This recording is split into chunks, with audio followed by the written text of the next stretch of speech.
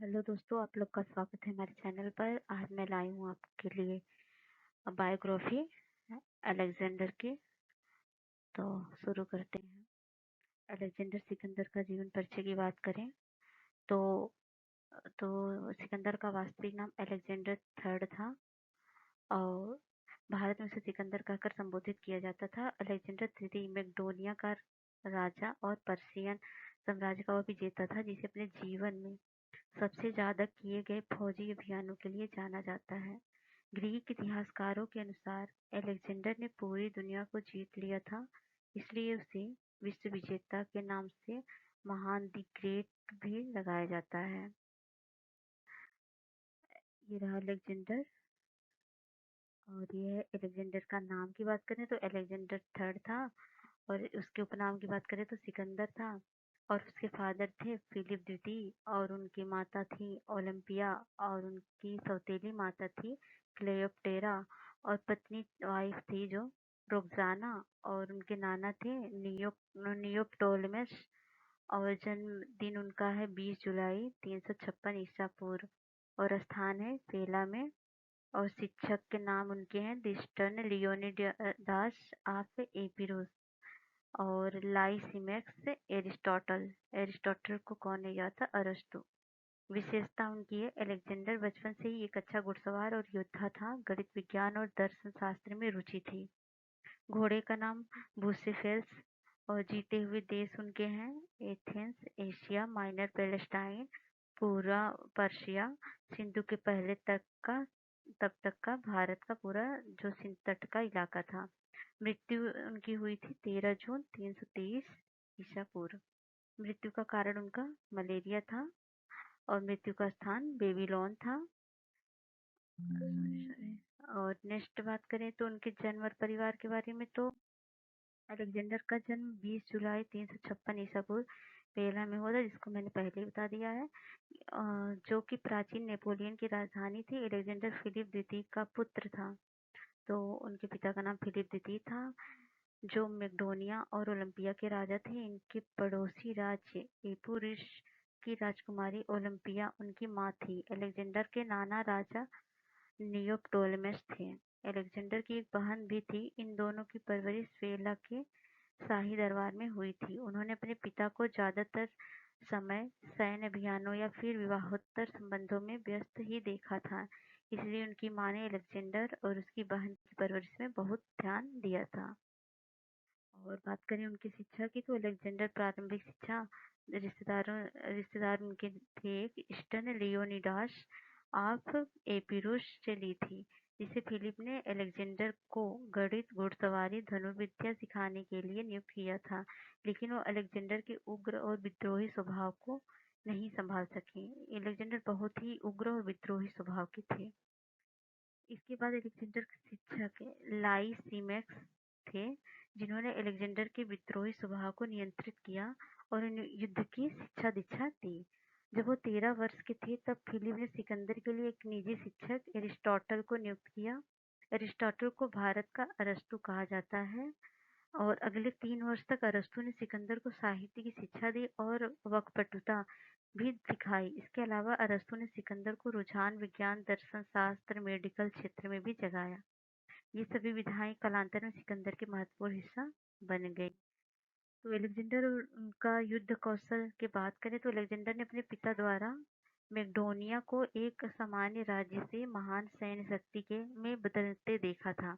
अपने पिता की बालकंस में जीत दर्ज करते हुए देखते हुए सिकंदर बड़ा हुआ था।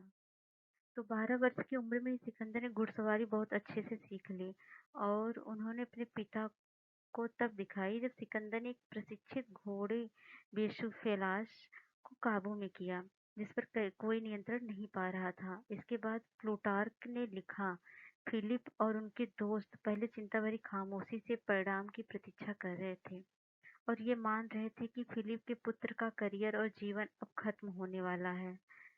लेकिन अंत में उन लोगों ने जब सिकंदर को जीतता देखा तो वह खुश होकर तालियां बजाने लगे। सिकंदर के पिता की आंखें आंसुओं से भर गई और वह घोड़े से उतर करके सिकंदर को गले से लगा लिया। बोले, मेरे पुत्र, तुमको खुद की तरफ और इस महान साम्राज्य की तरफ देखना चाहिए। ये मैक्डोनिया का राज्य तुम्हारे सामने बहुत छोटा है। तुम में असीम प्रतिभा है। अलेक्जेंडर ने अपने जीवन के कई युद्धों में बुसेफेल्स की सवारी की और अंत तक वो घोड़ा उनके साथ रहा। 340 में फिलिप ने अपनी विशाल मैक्डोनिया आर्मी को एकत्र करके थ्रेस में घुसपैठ शुरू की। तब अपने 16 वर्ष के पुत्र सिकंदर को मैक्डोनिया राज्य का शासनभार संभालने को कहा। इससे पता चलता है कि वो कितने कम उम्र में ही जिम्मेदार थे। जैसे जैसे मैक्डोनिया आर्मी ने थ्रेस में आगे बढ़ना शुरू किया, मेडी की थ्रेसियन जनजाति मैक्डोनिया के उत्तर पूर्व सीमा पर विद्रोह कर दिया, जिससे देश के लिए खतरा बढ़ गया। सिकंदर ने आर्मी इकट्ठा की और इसका इस्तेमाल विद्रोहियों के सामने शुरू किया और तेजी से कार्रवाई करते हुए उन सब पर कब्जा कर लिया और इसका नाम अपने खुद के नाम एलेक्जेंड्रो पोर्टलिस रखा। 2 वर्ष बाद 338 ईसा में फिलिप ने मैक्डोनियन आर्मी के ग्रीस में घुसपैठ करने पर अपने बेटे को आर्मी में सीनियर जनरल की पोस्ट दे दी। चेरोनोवा के युद्ध में ग्रीक को हार हुई और सिकंदर ने अपनी बहादुरी दिखाते हुए Greek force Theban secret band को खत्म कर दिया। कुछ इतिहासकारों का कहना है कि मैक्डोनियन की ये जीत पूरी तरह सिकंदर की वीरता पर आधारित थी। परिवार का बिखरना और फिलिप द्वितीय की हत्या। चेरोनोवा में ग्रीस की हार के बाद शाही परिवार बिखरने लगा। फिलिप ने क्लेयोपेट्रा से शादी कर ली और शादी के समारोह में क्लेयोपेट्रा के अंकल ने फिलिप के न्यायसंगत उत्तराधिकारी होने पर सवाल लगा दिया। सिकंदर ने अपना कप उस व्यक्ति के चेहरे पर फेंक दिया और उसे बास्टर्ड चाइल्ड कहने के लिए अपना क्रोध व्यक्त किया। फिलिप खड़ा हुआ और उसने सिकंदर पर अपनी तलवार तानी, जो कि उसके अर्धचेतन अवस्था में होने के कारण चेहरे पर ही गिर गई। सिकंदर तब क्रोध में चिल्लाया कि देखो, यहाँ वो आदमी खड़ा है जो यूरोप से एशिया तक जीतने की तैयारी कर रहा है, लेकिन इस समय अपना संतुलन खोए बिना एक टेबल तक पर पार नहीं कर पा रहा। इसके बाद उसने अपनी माँ को साथ लिया और एपिरिस की तरफ चला गया। हालांकि उसे लौटने की अनुमति थी, लेकिन इसके बाद वह आगे की तरफ आगे ही चला गया। तो आगे बात करें तो अलेक्जेंडर का सत्ता अधिग्रहण। तो 336 में अलेक्जेंडर की बहन मेलोसियन के राजा से शादी की। इसी दौरान होने वाली महोत्सव में पैसानियास ने अपने राजा फिलिप द्वितीय की हत्या कर दी। अपने पिता की मृत्यु के समय अलेक्जेंडर 19 वर्ष का था और उसमें सत्ता हासिल करने का जोश और जुनून चरम पर था। उसने मैक्डोनियन आर्मी के शस्त्रागार के साथ जनरल फौज को एकत्र किया, जिसमें वह सैनिक शामिल हो गए और कोरोनियन से लड़ी थी। सेना ने अलेक्जेंडर को सामंती राजा घोषित किया और उसकी राजवंश के अन्य वारिसों की हत्या करने में मदद की। ओलंपिया ने भी अपने पुत्र की इस मदद की। अब उसने अपने फिलिप और क्लेयोपेट्रा की पुत्री को मार दिया और क्लेयोपेट्रा को आत्महत्या करने के लिए मजबूर कर दिया। अलेक्जेंडर के मैक्डोनिया के सामंती राजा होने के कारण उसे कोरिन्थियन लीग पर नियंत्रण ही नहीं मिला, बल्कि ग्रीस के दक्षिणी राजाओं ने फिलिप द्वितीय की मृत्यु का जश्न मनाना शुरू कर दिया।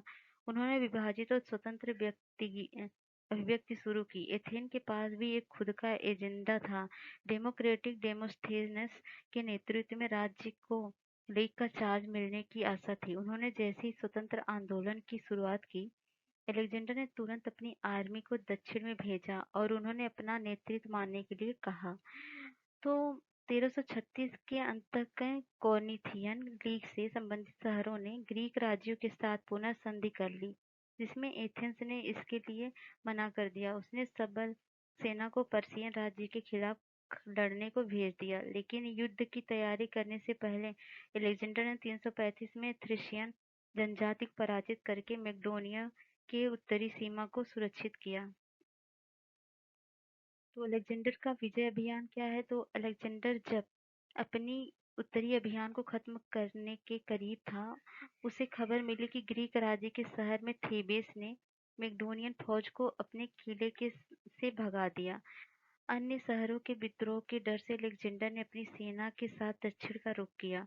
इन सब घटनाक्रमों के दौरान अलेक्जेंडर ने जनरल पर्नियन ने एशिया की तरफ अपना मार्ग बना लिया। अलेक्जेंडर और उसकी सेना थेबेस में इस तरह से पहुंची कि सेना को आत्मरक्षा तक का मौका नहीं मिला।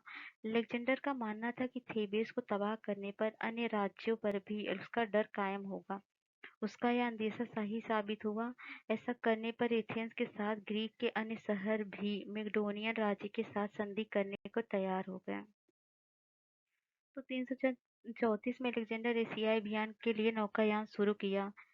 उस वर्ष की वसंत में ट्राय में पहुंचा। अलेक्जेंडर ने ग्रासियन नदी के पास पर्शियन राजा डारियस तृतीय की सेना का सामना किया। उन्हें बुरी तरह से पराजित किया। पतझड़ आने तक अलेक्जेंडर उसकी सेना ने दक्षिणी समुद्र किनारे को पार करते हुए एशिया माइनर में गोरिडियम में प्रवेश किया, जहां पर सर्दियों के समय तो उन्होंने सिर्फ आराम किया। 333 ईसा ईस्वी की बात मतलब ईसा पूर्व की बात करें तो गर्मियों में अलेक्जेंडर की सेना और डॉरिशियस की सेना के मध्य एक बार फिर से युद्ध हुआ। हालांकि अलेक्जेंडर की सेना से ज्यादा सैनिक होने के कारण इसकी फिर से एक तरफा जीत हुई और अलेक्जेंडर ने डारियस को पकड़कर ताड़ी पार करके खुद को पर्सिया का राजा घोषित किया। दिया अलेक्जेंडर का अगला लक्ष्य इजिप्ट को जीतना था। गाजा की घेराबंदी करके अलेक्जेंडर ने आसानी से इजिप्ट पर कब्जा कर लिया। 331 में अलेक्जेंड्रियस शहर का निर्माण किया और ग्रीक संस्कृति और व्यापार के लिए उस शहर को केंद्र बनाया।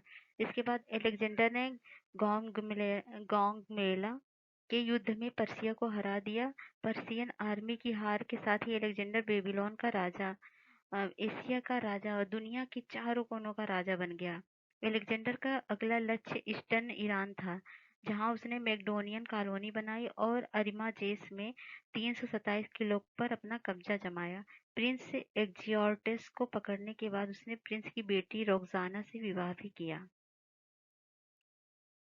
आगे बात करें अलेक्जेंडर का भारत में क्या आगमन रहा और क्या हुआ, तो 328 में अलेक्जेंडर भारत में पोरस की सेना को हराया, लेकिन वो पोरस के पराक्रम से बहुत प्रभावित हुआ। वो वापस राजा बना दिया पोरस की बहादुरी को देखते हुए। अलेक्जेंडर ने सिंधु के पूर्व की तरफ बढ़ने की कोशिश की, लेकिन उसकी सेना आगे बढ़ने से मना कर दी क्योंकि उसकी सेना बहुत ही थक गई थी। तो पर्शियन खाड़ी के सहारे का रुख किया। उसके बाद उसने उस समय बहुत से लोग बीमार पड़ गए, कुछ चोटिल हो गए, तो कुछ की मृत्यु हो गई। अपने नेतृत्व और प्रभाव को बनाए रखने के लिए पर्सिया के प्रबुद्ध जनों को मैक्डोनिया से प्रबुद्ध जनों से मिलाने का सोचा, जिससे इस शासक वर्ग बनाया जा सके। इसी क्रम में उसने सूसा में अपने मैक्डोनिया और बहुत से लोगों को पर्सिया की राजकुमारी से शादी करवाई। अलेक्जेंडर ने 10,000 संख्या की पर्शियन सैनिक अपनी सेना में नियुक्त किया। तो उसने बहुत से मैक्डोनियन सैनिकों को निकाल भी दिया। इस कारण सेना का बहुत बड़ा हिस्सा उससे खफा हो गया। उन्होंने उन्होंने पर्शियन संस्कृति को अपनाने से भी मना कर दिया। अलेक्जेंडर ने तब 13 पर्शियन सेना नायकों को मरवाकर मैक्डोनियन सैनिकों का क्रोध शांत किया। इस तरह सूसा में पर्सिया और मैक्डोनिया के संबंध मधुर बनाने के लिए किया जाने वाला आयोजन सफल नहीं हो सका। बात करें आगे तो अलेक्जेंडर की मृत्यु की, तो कार्थेज और रोम पर विजय प्राप्त करने के बाद अलेक्जेंडर की मृत्यु मलेरिया रोग के कारण बेबीलोन में हो गई। अलेक्जेंडर की मृत्यु 13 जून 330 बीसी में हुई थी। तब वह मात्र 32 वर्ष का था। उसकी मृत्यु के कुछ महीनों बाद उसकी पत्नी रोक्साना ने एक बेटे को जन्म दिया। उसकी मृत्यु के बाद उसका साम्राज्य बिखर गया और इससे शामिल देश आपस में शक्ति के लिए लड़ने लगे। ग्रीक और पूर्व के मध्य हुए सांस्कृतिक समन्वय का अलेक्जेंडर के साम्राज्य पर विपरीत प्रभाव पड़ा।